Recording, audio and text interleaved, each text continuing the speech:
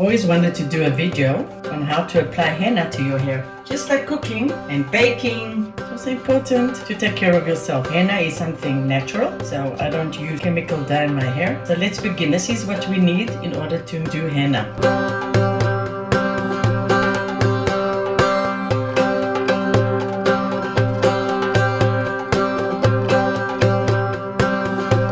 These are for your ears.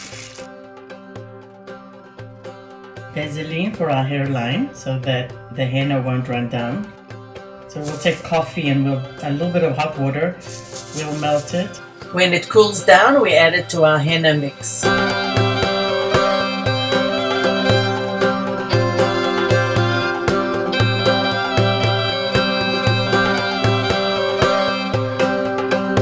You're going to take 4 tablespoons of the color you want, and I usually use brown.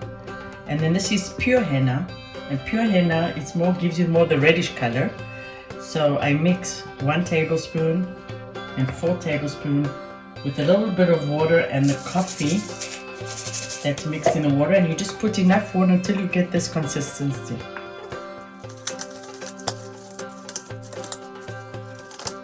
So to start, I'm going to cover my ears.